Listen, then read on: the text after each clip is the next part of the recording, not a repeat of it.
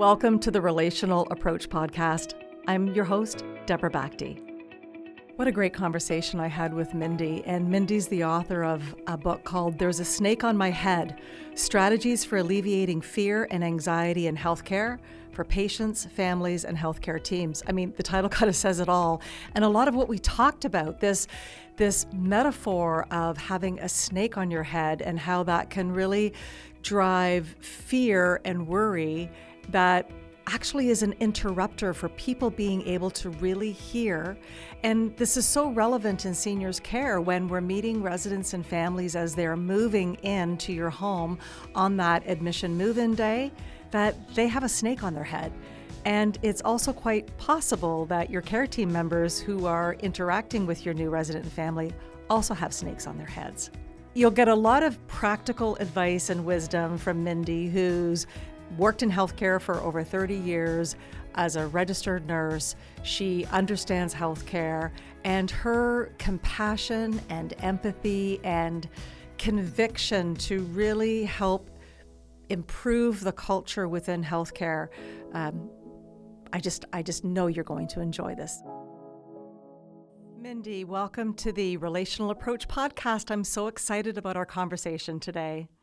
Thank you so much. And I'm very excited to be here as well. Very honored that you've asked me, and I look forward to our conversation. Thank you. Well, and I think we were trying to remember how we connected. I'm pretty sure it must have been an impactful LinkedIn post that you did.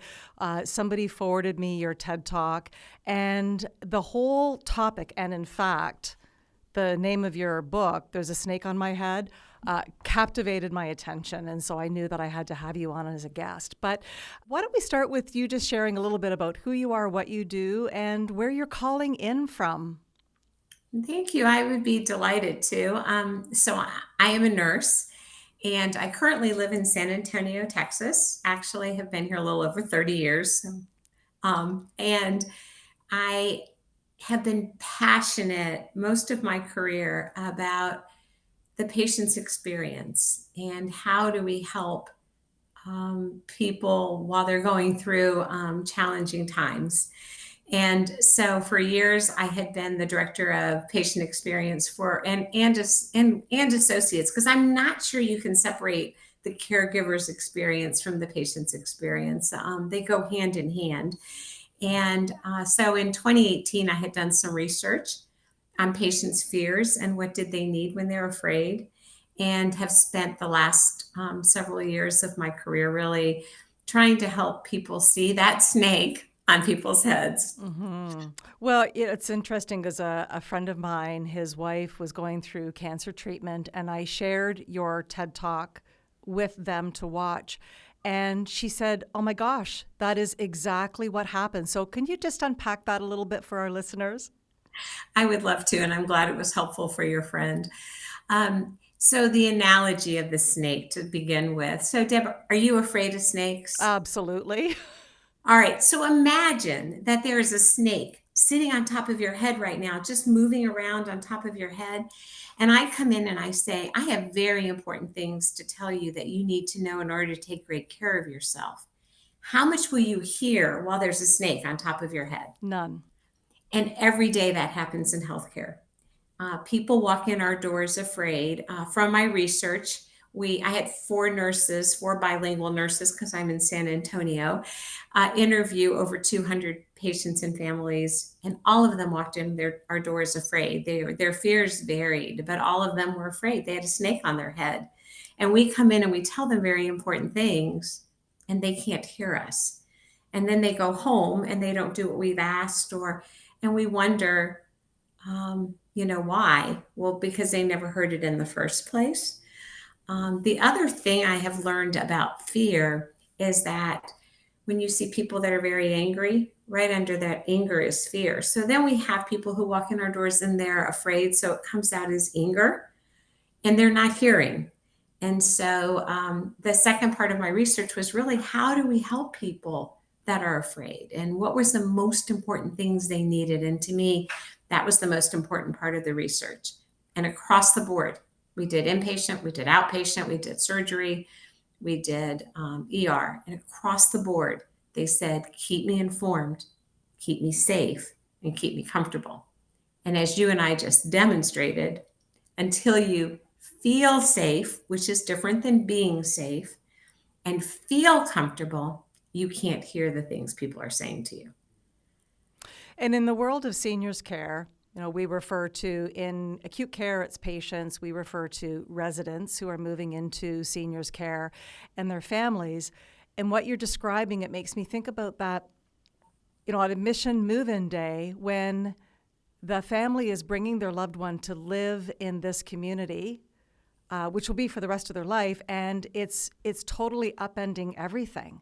And so we likely have a situation where you could have the resident and the family members that all have snakes on their heads on an admission day that's got lots of processes and procedures and paperwork and all of those things. So what advice do you have to be able to help both the staff, the care team members, and families and residents to be able to kind of minimize that snake effect? Absolutely. That is a very stressful day for all the people you've just listed, right? The family members, they want to make sure, did I make a good decision? Are we taking our loved one to the right place? Are they going to be kind to them here? Are they going to be helpful to them here? Right? And of course, that resident is wondering, you've just uprooted their whole life. And also there's that thought of, this is it. This is my last move ever. Which is very stressful as well for people. Even if they still can do a lot of things to themselves, even if it's an assisted living situation, it is still a loss. And with that comes fear, right? What's next? And are they going to be nice to me here? Are they going to, treat me well? Am I going to understand what's going on? And as you just sort of alluded to, it's also can be stressful for the care team because they're wondering, oh my gosh, who's this family? What are their expectations? How are they going to respond to us? It's one more thing we have to put into our day-to-day. There's a lot of stuff going on with the staff as well. And in fact, that became very clear to me when in 2020, one of my favorite nurses, Rachel, said to me one day, Mindy, I'm so worried I'm going to make mistakes. I can't focus. I can't concentrate. And I looked at her and I said, oh my gosh, Rachel, you have a snake on your head. Because if you think about March of 2020, just at the beginning of the pandemic, people were afraid. And what did Rachel need? Keep me informed, keep me safe, and keep me comfortable. So that was my big aha, that there's times that healthcare team is afraid and they need those exact same things, right? They want to feel comfortable with that new person who's coming in and their family. And what are their expectations of me? And am I going to be able to do all those things? So it can be all three people, just as you alluded to. Your question was, what can we do? And I think first impressions make a huge difference. So when that family walks in the door scared, how we greet them, how we connect with them, the words we say to them, all of those things matter. And that first impression can set the tone. It's really hard to overcome a bad first impression. So some of the things that I always talk about is, first of all, to find out one thing about that person that you're talking to that has nothing to do with why they're here, why you're seeing them. So for that family, for that new resident, you may know their medical history about why they're coming in, but find out one thing about them. What did they do in their life? Who are they? What's important to them? And when you find out that one thing, you build a connection. And you tell that person that they're not just the next resident, that they're a person. And I think that's the beginning of building a relationship and building that trust. One of the other things I think is really important is that we really listen. So we want to learn something about them, but we have to really listen. And I love that Stephen Covey talks about listen with the intent to understand rather than the intent to reply. Have you ever spoken to somebody and they're looking at you, they're making eye contact, but there's no one home because they're in their head trying to come up with their answer when you stop talking? while we're in our heads trying to come up with that answer, people know we're not fully present, number one. And number two, we're not really listening. So we may miss something very important. So to just take that breath and slow down. And I know sometimes for staff, it's hard to do that because they're busy, but to just take that breath and slow down and truly listen is the greatest gift we can give anybody, each other, or to the residents. And then probably one of my other big tips that I like to share is that words matter. And if I can share a quick story here, the way I learned about how important words are is I tend to fly Southwest Airlines. That's just my airline. I teach customer service and I think they get customer service right. And one day I was flying somewhere that Southwest doesn't fly, and I had to fly a different airline. And I got to the airport that day and I thought, oh, I have to pay to check my bags. Southwest doesn't make me pay. And I knew that before I went that I was going to have to pay, but it didn't keep me from thinking that. And then I got down to the gate and there was this red carpet laid out. And they said, boarding group 1, down the red carpet. Boarding group 2, down the red carpet. By the time they got to my boarding group, they go against the wall. And I'm like, why? The carpet is, why it's still there? It's empty. And I thought, oh, Southwest treats everybody like a first class passenger. And then they didn't do the announcements the same way Southwest did. And by the time they didn't do my drink order the same way, I said to myself, stop it. What are you doing? And at that moment, I realized, I said to myself, did they board the plane on time? Did they take off smoothly? Has this been a nice flight so far? Why are you doing this? And I realized I had gotten up that morning and I said to myself, this isn't going to be a Southwest experience. And my brain heard me and it wanted me to be right. So it was working very hard to find all the ways that this wasn't a Southwest experience.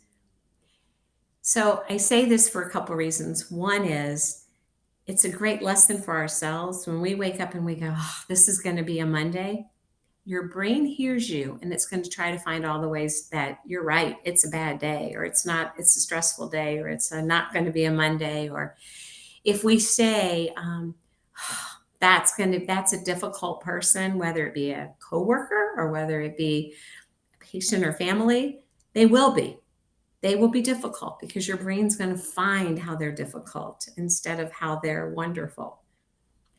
On the other side, if we know those new residents and their families are frightened and what they want, because what our research showed, they want 3 things: keep me informed, keep me safe, keep me comfortable. Use those words.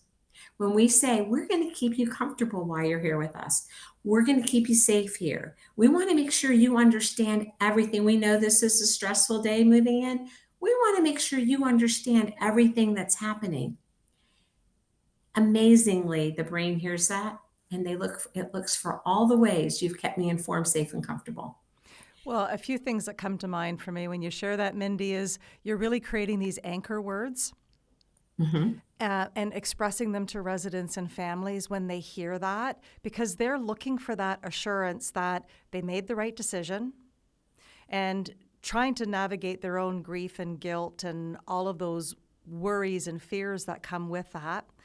And, the other thing I took from that was that sometimes I hear from my clients that the way that they express the morning of a new resident and family moving in, we've got an admission to process. We've got to squeeze that into an already busy day. And then to your point, that becomes the self-fulfilling prophecy versus being able to say, we have an incredible opportunity today to make a difference in the lives of our new resident and family.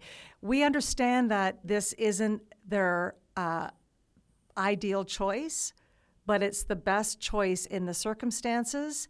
And how fortunate are we that they chose us to be their partner in this experience, right? You're completely shifting the energy. Absolutely. Spot on. I agree. And it will change the experience for everybody, for the resident, for the family, and for the person who is admitting them. Yeah. Just changing that mindset changes the experience for everybody. I love that.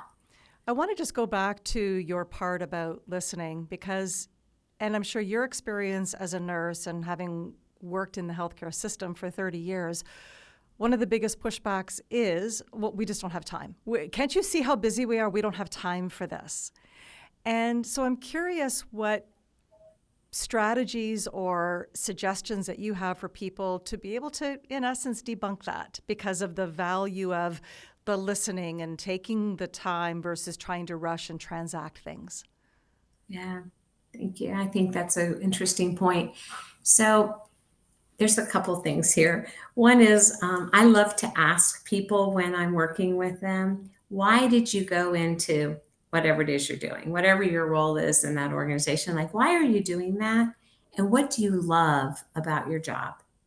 Because so often we forget to stop and think about those things, right? And my bet is that if you ask the people who are working in the facility, the answer you're going to get is, I wanted to make a difference for people. Well, that day is one of the biggest days you can have in terms of that family's lives to make a difference. And if we can reconnect to how that impacts their lives, that also fulfills us. When we do that well, that's what we go home at the end of the day and feel good about. As a nurse, I never went home at the end of the day saying, it was a great day. I enjoyed doing my charting. Or it was a great day. I enjoyed passing all those meds. Your heart gets filled by those connections and making a difference, because that's what brought people into the profession in the first place. Mm-hmm. Whatever profession they're in the whole part of the working in that organization. The second piece is when at the early stages, I said that first impression is so important. Because if we can diffuse that fear, if we can get rid of that fear and get rid of that anger, because people do oftentimes walk in with a lot of emotion and it comes across sometimes as anger. If we can help to diffuse some of that early on and people can hear the things we're saying, I believe it saves us time in the long run. So when I hear that time piece and go, let's just stop for a moment. What's the most important thing you're going to be doing today? Is probably helping ease this transition for this family. And the more we do on the front end, the more we prevent time on the back end. Because if we rush that whole process and the family doesn't hear the things we've said, then what happens? We get phone calls. We get people coming up to the desk upset because they didn't hear what we said to them. And now they're upset, they're angry, right? And oftentimes when you look at anger, oftentimes right under anger is fear. That fear is sitting right there, right? But when people come to us angry, and I don't mean physically threatening, because that's another whole conversation, just upset with us, demanding, we're wired to push back or flee. We're wired for that. But will that help somebody who's really scared? It just adds fuel to the fire, right? So if we could just take a deep breath and go, that person who's really upset is probably afraid. What have I missed? How can I help them? And ask them that. I can tell you're upset here. What is the most important thing I can do for you right now? And to get to your time concept, that takes, to me, a whole lot more energy and a whole lot more time than it does to try to prevent it on the front end. For sure. I think of it as front-end loading, investing in the relational bank account up front. Yes. And part of it is because it's the right thing to do, but it's also from a care team perspective. You are investing in yourself by making that investment that you will get returns on in that relationship.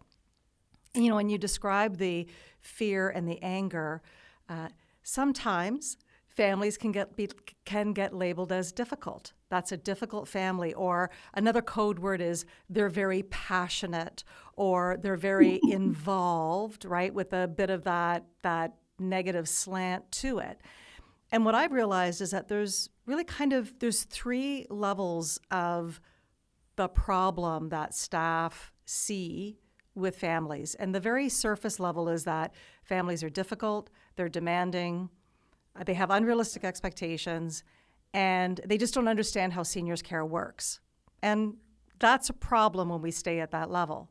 If we go to a deeper level, then the problem looks like this. Families don't trust us, they want control, and that creates conflict and tension in the relationship between families and care teams.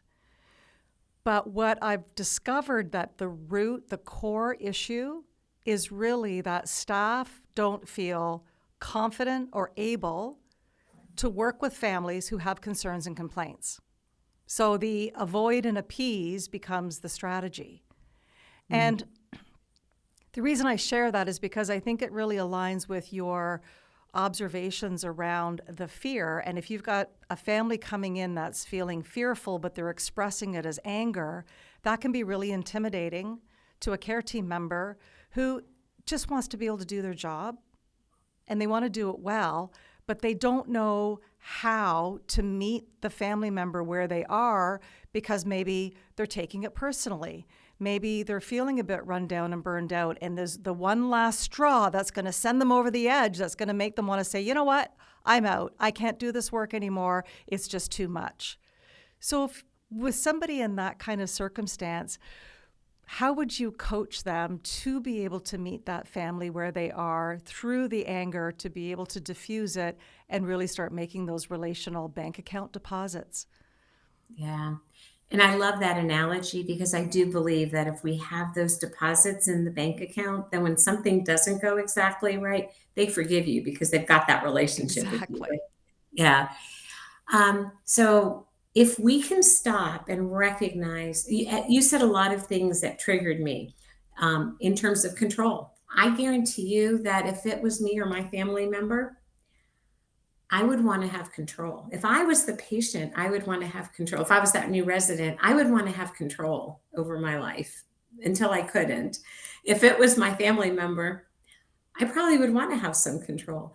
And if we could shift looking from, well, now you've come into my home and I'm taking away all your control, into, I want to partner with you to provide the very best care for your family member, everyone's going to go, oh, wow. Okay. Yeah. And you hear me, you hear that I know this person. I've known this person for 50 years. You've known them for 50 minutes, right? So if we could partner together in what's best for them, I feel heard and I feel valued and you've just taken away a lot of my angst. I also think about as people are making the decision, whether it's the family deciding for their loved one that this is time for them to go into a facility, or whether it's that person themselves that realizes it's scary. Again, it's letting go. It's the family maybe having guilt feelings, as you've mentioned, because they've made this decision. And it might even be that their family member didn't want to go. Mm-hmm. And they're making them do this, right? And the more we can say, I know this is difficult for you, and I want to make it easy for you and for your love. We care about your family member. We're going to take great care of them here. We're going to love them here, and we're going to partner with you to make sure we provide the very best care and experience for them. Most people, nothing I say is 100% true because there's a lot of different people in the world, but most people hear that. If we can just hear it. And then I have just one other little tip that I want to share. And that is, we talked about words and how important they are. Most people don't like the word no. We learned as a toddler, we didn't really like no. We don't like to hear that, correct? And lots of times people ask us stuff that our gut response is going to be, no, we can't do that. How does that family feel when they hear, no, we can't do that? Oh, you don't care. You say you want to work with us, but you don't really care. So I always tell people, start with yes. Even if your answer is really going to be, no, we can't do that, start with, yes, Deb, I hear you. I hear this is important to you. Here's what we can do. So it might not be exactly what they've asked for, but you started off with empathy. You start off by saying, I hear this is important to you.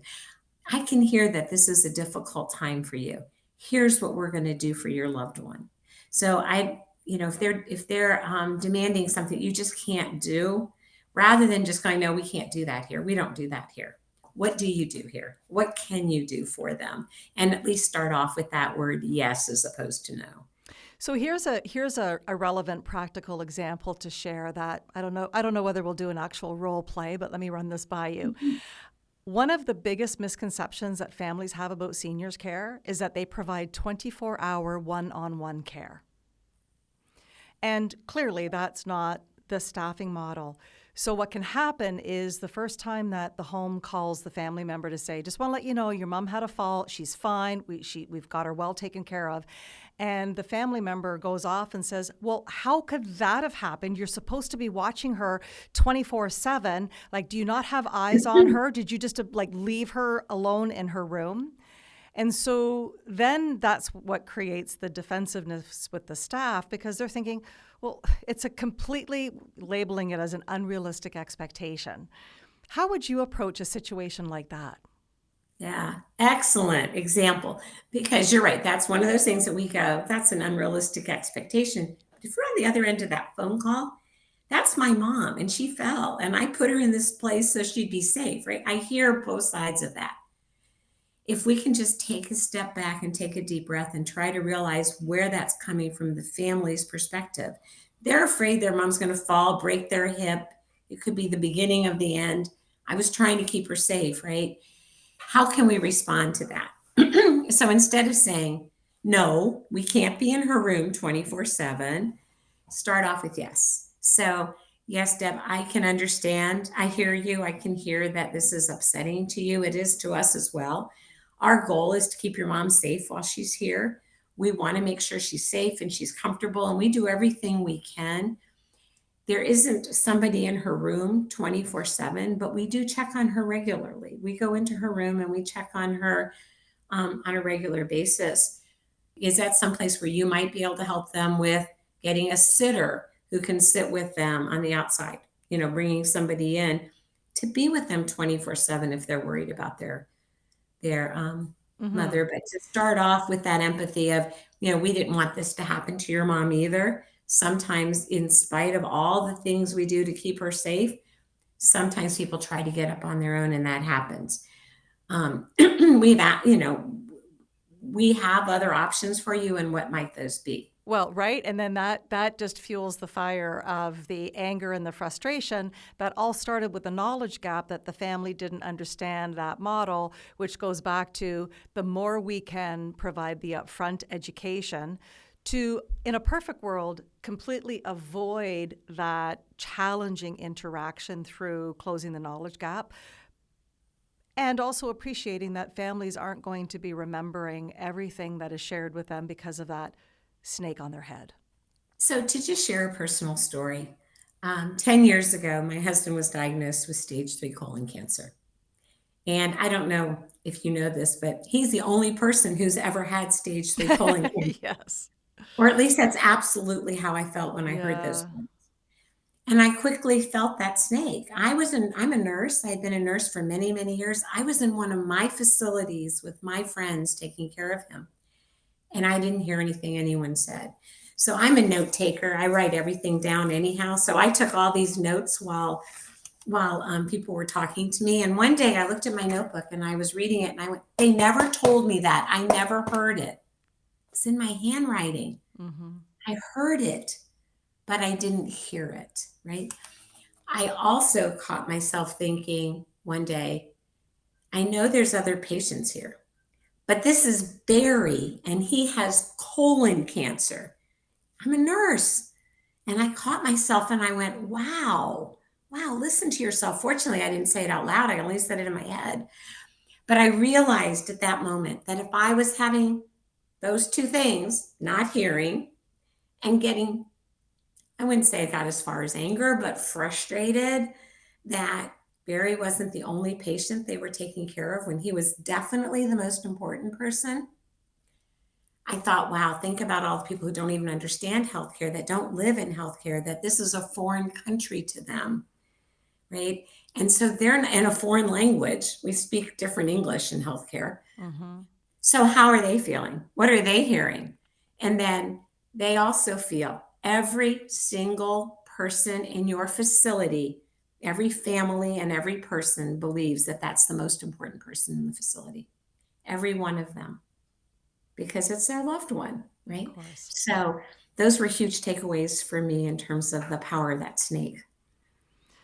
Well, and yeah, it's interesting how our personal experiences can inspire taking on a calling, as it sounds like you have, Mindy, in the work that you do, and really being able to, I feel like we're kindred spirits and wanting to be able to help bolster and build the confidence and the ability with care team members to be able to have that relational approach with families and residents as well as with each other, right? Because as human beings, people who work in healthcare, just like you described yourself, also have personal challenges navigating the system and having snakes on our heads when these types of crisis events occur.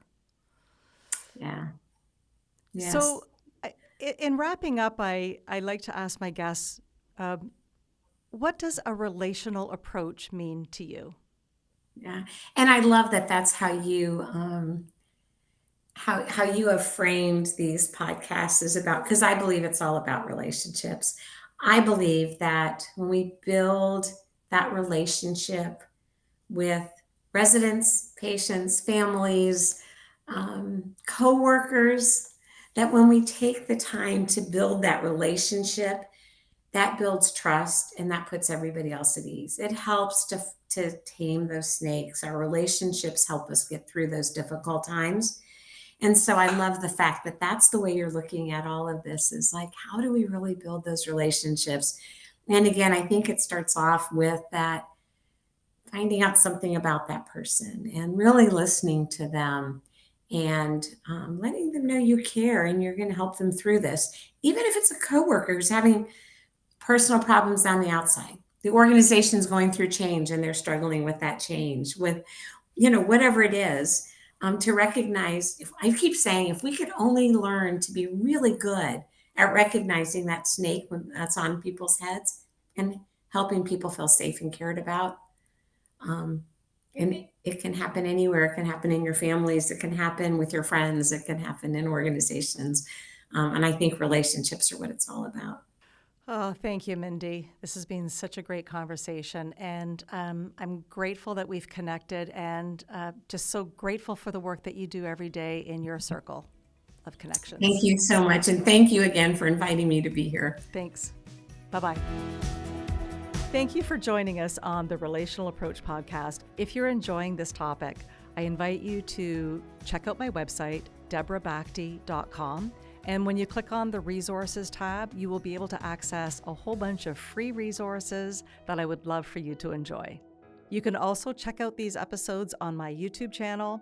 And if you haven't already, make sure that you subscribe on your favorite podcast platform.